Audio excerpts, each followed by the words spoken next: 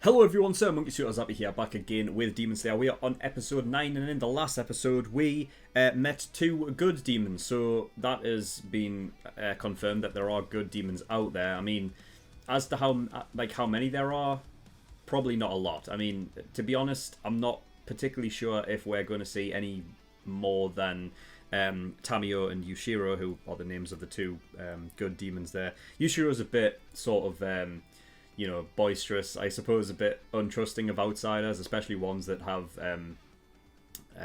demon sort of cohorts in, like Nezuko and whatnot. But it just is what it is. He's protective over Tamio, clearly, which, is definitely going to be a thing coming up in this episode, I'd imagine, because we've had two demons that are under Muzan's wing, that has obviously been sent to take out Tanjiro, and of course, where is Tanjiro other than that house that's under a cloaking spell where Tamio and Yushiro are. Now, with Tamio, I wonder if she is even capable of any type of combat. I'm almost going to think she's not. And what's going to happen here is probably Tanjiro, Yushiro, and Nezuko fighting them off. So it gives them a 3-on-2 advantage, but we don't know exactly how good these two demons are. I mean, one of them seems to be more support rather than combat, but again, it's like we haven't really seen a lot of them, so we'll just have to wait and see. Also, the thing that I'm sure everyone has cringed at is the idea that I completely got the whole Muzan being human thing wrong. I must have completely misread the subtitles when Sakonji was talking to Tanjiro in regards to Muzan, and what he actually did say was that he was the one that had the ability to change people, like humans, into demons. What I read it as, I don't know what must have happened. I must have either been in a transition of writing to looking at the subtitles, and for the little time it was up there, my brain just kind of auto-sorted it to make it feel that way. But yeah, I mean, so that's cleared that up. I mean, I would have, if I had have gotten that subtitle or like that part of the story right, and I actually read them right, then I would have known beforehand that only he can turn people into demons, and that he isn't human. So I would have got like those two things. But obviously, yeah, it doesn't matter because I've got them now, right? So it's all good. So yeah, he isn't human, but he just poses as one. And it seems to be a sort of thing of like this idea that the more powerful a demon is, the more able they're. I mean, they're able to shapeshift and everything like that. So it's not completely, it's not completely out of the question that they would, be able to just roam around looking like humans. I mean, it makes me wonder why he roams around with that sort of look on his, like, that with the eyes and everything like that. Which, I mean, clearly he has a complex about it. Although, well, I don't know. It seemed like he has a complex about it because, it's not like he goes around killing every person. It feels like, but if anybody mentions the whole, oh yeah, you're looking kind of deathly there, and you have like a bit of a pale face going on, then he clearly doesn't take kindly to that. So he truly believes that he's the superior species, and yeah, I mean, but he's posing as one anyway. So so with him being a demon, then he is able to mate with a human, I guess. I guess it's, I suppose so, because it's not like these demons are a separate species, really, are they? It's more they are just evolved from humans. So the gene pool is still there, I suppose. But yeah. I also wrote down like the swamp demon guy, the Freddy Krueger guy, Freddy Krueger demon. He said that he must have given her a lot of blood, and he said that quote like back a few episodes back to Nezuko, because Nezuko was strong, and I think it's either. Well, obviously the idea of the amount of blood that Kibuchuji Muzan gives to somebody increases their strength, and if that whole thing with like Muzan knowing about like an ancestor of Tanjiro's and whatnot, that if it is a bloodline related thing, then it wouldn't surprise me that Nezuko is just naturally strong as a demon because she has that blood within her anyway. So we'll see what becomes of that. And also, I wrote down, what do the I was going to say the survey core there. This isn't Attack on Titan. What do the Demon Slayer core think about good demons? Do they care or what? I suppose it's not as much of an organizational thing, so the rules aren't really like, there isn't any real true official rules. I suppose it's just kind of an individualistic thing. You know, but it's, I don't know, it's an interesting question to ask anyway. But yeah, I'm rambling on. So no, nothing else to really talk about. We're just going to get in episode 9 and see what we get. Of course, if you do want to go watch the actual reaction, the 10-minute cut version, then the link is in the description down below. And if you also want to watch it in full length, so it's completely uncut and the whole thing, the link to the full length reaction is down there as well. So, you know, go enjoy that if you wish. Of course, you'll have to be a full-length tier patron in order to have access to it, but it's there if you want it.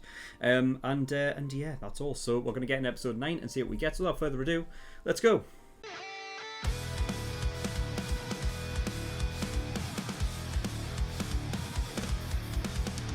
Episode 9. Wow, that was a great episode. Like, very visually stunning. Of course. It's like, all like what I'm getting from that is everything that Fate did in those battles is being shown here, which is great because I love those battles. You know, a lot of the time when, you know, anime is mentioned with 3D, generally it kind of, people groan and kind of moan about it a lot because there are instances of, you know, anime of what you would consider anime that use strictly 3D, or they use it in times where it just sticks out way too much. But UFO Table, man, they're so good with incorporating it and it looks like it fits perfectly. Like, it's never jarring. It always looks fucking so cool. Like, their visual art style, the way that they draw and animate things is so seamless, like into 2D back into 3D and everything, and you know, they're fantastic at that. So yeah, well done on that front. That was fantastic to watch. So yeah, I mean, where do I start? I mean, so right, we've got the names of the two demons, one of which is dead. I'm gonna definitely assume that he's dead. Like, I don't because I mean, I know that these are like, what, 12, like one of the 12 demon moons or whatever, but I would think that they are still demons, so the Nichiren sword is going to be enough to take them out, right? Granted, he takes their head off with it, which he did there, by means of a fucking horizontal water wheel. It's fucking nuts. But we'll get into that in a bit. So yeah, Yahaba, that was the arrow guy who. So I think I got it right. So Susumaru is the one that sort of conjures the Temari, so the balls. But with use of Yahaba's arrows, he's using it to manipulate. I don't know, like, the best way to describe the arrows more than like he has like control over the specific airflow, so he can sort of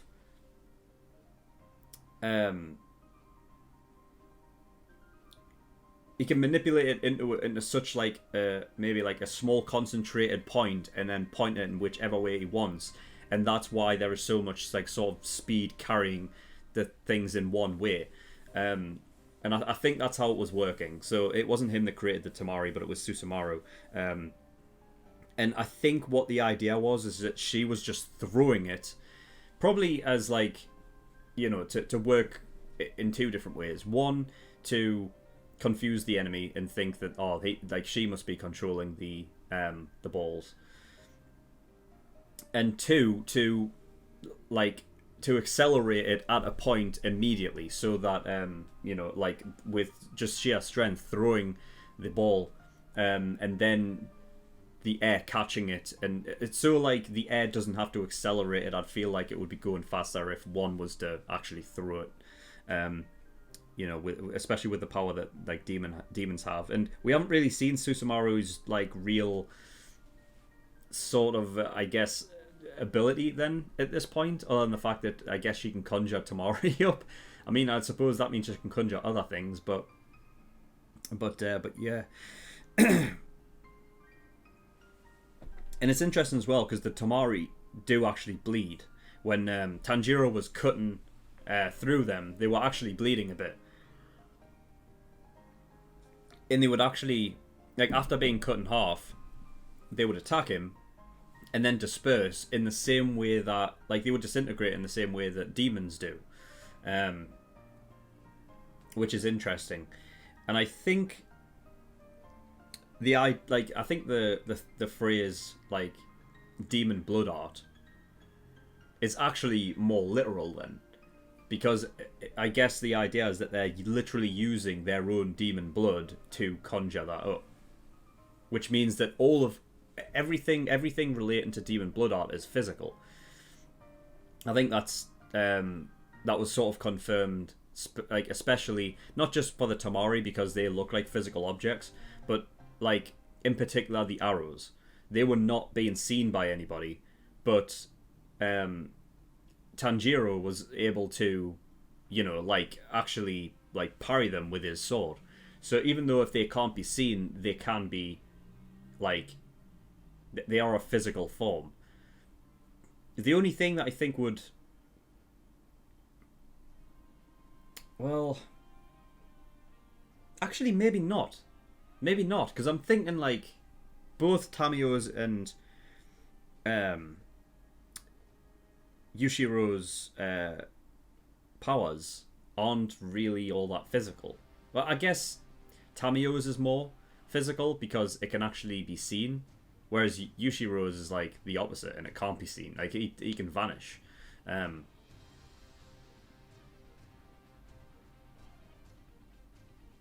I guess the one thing that we don't, like, I'm not really, or I don't really know at this point, because it hasn't really been obviously demonstrated or talked about or whatever, is if demons specifically focus on one area of expertise and that's what they kind of stick with, or if they're ones that kind of can do multiple. I imagine there's like, well, I imagine Muzan can do multiple different things, you know, but generally in terms of like the 12 demon moons, for example, they stick to their one thing. Yushiro might stick to anything that involves some sort of sight, because him himself can remove sight from people, but he can also give them. That was crazy. I didn't think that was something that could be done. So he's able to gift his, like, that sort of that sight to Tanjiro. So he's able to gift it to other people, which is, it's crazy. I don't know how that works. I know, like, he kind of pinned it to his head, but I guess the idea was, if the piece of paper that's obviously used for concealment and everything like that, the sort of like the hieroglyphic sort of like style icons that he's been drawn on there, is with his own blood, and then that's what it's taken directly from Yushiro and not taken anything from Tanjiro. And I guess the pin is used to connect him to that, and that's why you can see it. It's cool though, nonetheless. But yeah, sweet. It's quite clear as well that the 12 demon moons, or any demon that strong or significant, like pretty much relative to that, they are able to sense Nezuko as a demon from further away, whereas the other ones kind of are like, they need to see them before, like, they need to see Nezuko before they're like, wait a minute, you're a bit, you know, you're like a demon. But he was able to sense that from outside before even, like, seeing her. So it's another sort of look at, like, how strong they can be. And also, like, well, yeah, the 12 demon moons. I don't know.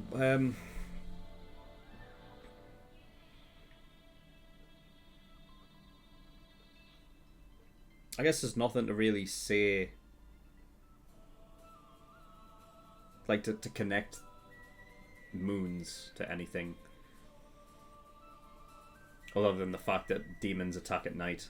You know, I guess that's the only real thing that I can take away from that right now. If there's any more sort of, if there's any other reasoning for the reason why they're called 12 demon moons, I'm sure that'll come up in the future.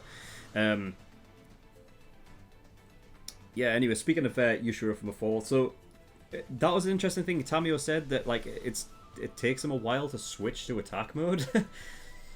like he's an android or something. Like what I don't know if that meant like, because it could mean something physical, I suppose. I don't know why it would though. Or it could be a case of like Tamio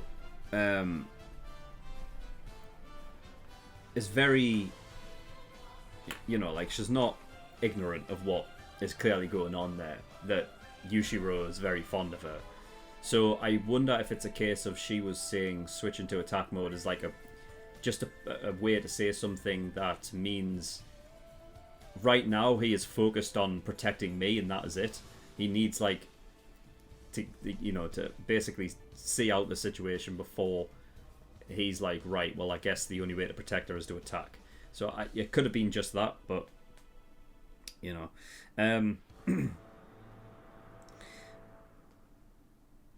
Also, they give, I guess, the sort of demon society, well, at least anything that stems from like Muzan and that whole thing, that they have a name for Tamio, which is Tamio the Fugitive. So, yeah, it seems as though my question from the pre-discussion about how there may not be a lot of good demons, I feel like that kind of is true, and that Tamio was just one that was able to rebel, and what, like, she just, I guess, had that willpower within to not want to be like, you know, be a straight up demon. So yeah, it's interesting. And finally, Tanjiro. He's so good, man. He is so good. It's almost like crazy how good he is. It's what I think it's like what is so vastly different about this show to, like, say, like My Hero Academia, where My Hero Academia doesn't, like, it hasn't really skipped much aside from, I guess, the 9-month montage or whatever it was in episode 3, but generally, like, for My Hero, it was, you know, it's always he is learning something like new, and it's paced like well to learning something new. I guess that's like one of the things that, like, if I had to criticize the show in any way, which is something I don't want to do because I'm really liking it anyway, so it's just like I could just basically not say this and it wouldn't even matter. But I'm just saying, like, if there was one thing that I would, I guess, criticize the show for, if I had to, would be like Tanjiro is just he's able to do all of these things, like, seemingly at any point, and it's like. But I don't. But to me, I'm not even looking at it as a criticism, mainly because, and I guess the best way to put it like this is, there are sometimes in anime where there are things that you expect in a battle going in. So if a character has recently learned something, chances are in the next fight that's going to be used at some point. So you're just waiting for it to happen, right? And generally, if in terms of like how long they've been training at that, or if it's something that just will work better against the specific opponent when they go to fight, you know that it's going to come up and that it's going to be a big factor in the fight to come, and whether or not it actually ends the fight or not is, you know, the percentage of that happening is more likely if we've seen it beforehand. Whereas in this, because we haven't seen, it basically just skipped 2 years of him training all of that stuff. It skipped over more quickly the montage with like Sakonji. So I guess that's where he learned all of his water forms. And the year after that, where he was trying to break the boulder, he just kind of, he was, just honing those kind of particular skills in those forms. And he hasn't like really made his own or anything like that. Which is, I think, something that could happen going forward. But the fact that like we didn't know anything about his forms at all going into any of the into the first fight. It's a different sort of style in a show like this, where it's great in a way because you're not expecting anything. Like, he has forms for different situations. If he's in water, he can use the vortex one. He can use his 8th form to to stop the impact of falling. He uses his 3rd one as, I can't remember, I thought it was like, I wrote down flower dance, but I don't think it is that, but it's something, it's flower something. But he uses that in terms of footwork and concentrating on that to maneuver and dodge and things like that. And like being able to just to use those as like combination moves to get in close, like for this, it's like insane. It means that everything that Tanjiro does, it becomes a surprise, which I like. I think one of the animes that obviously I'm reacting to now and have reacted to for a while ago when I finished it was Haikyuu, and Haikyuu does the same thing. Like, they have obviously like a lot of like different training, like little arcs like in between the tournaments and everything like that, where they, like specific characters will practice a sort of skill. So you can probably guess that in the match to come they will use it. The thing is though, it kind of works the same way with Haikyuu, because unlike a fight, in Haikyuu it's a volleyball match, meaning that it takes place over a longer period of time generally. I mean, they even said like in Demon Slayer that it's normally over with one swing of a sword, and it's fairly quick, and the fights are they are quite quick. But yeah, in Haikyuu, with a volleyball match that's spanning over the course of, like the full match or whatever, they use those sort of techniques like, a few times. And then generally, like in every big match, there'll be one thing that you'll just, or even multiple things at times, where you just don't expect them to come out with. Like, where the show specifically has not told you about this before they do it. Which really, like, it's a hard thing to sort of describe. It's sort of similar. I mean, fucking hell, I'm just going down the list here. I'm going like Inception, different animes, but Code Geass did it well with Lelouch, because he is such a smart mind. The show never told you what Lelouch was planning to do, or if he did say what he was planning to do, generally it was to swerve you to think that that's what he was going to do, when in reality he was tricking you and everyone around him so that, he could come out on top, because he was just that smart. And he would, like, when it came around, like to the winning blow or anything like that, because of the strategy and whatnot that he put in place, it left you shocked all the time. So when he comes out with, like, when Tanjiro starts fighting anybody, I'm never expecting him to do anything, like that I wouldn't, like, he just, it's random forms, events that take place, specifically because he's going up against different demons, and now he needs to use them in different ways and everything like that. I'm not expecting things to be used in the same old way all the time. It's great.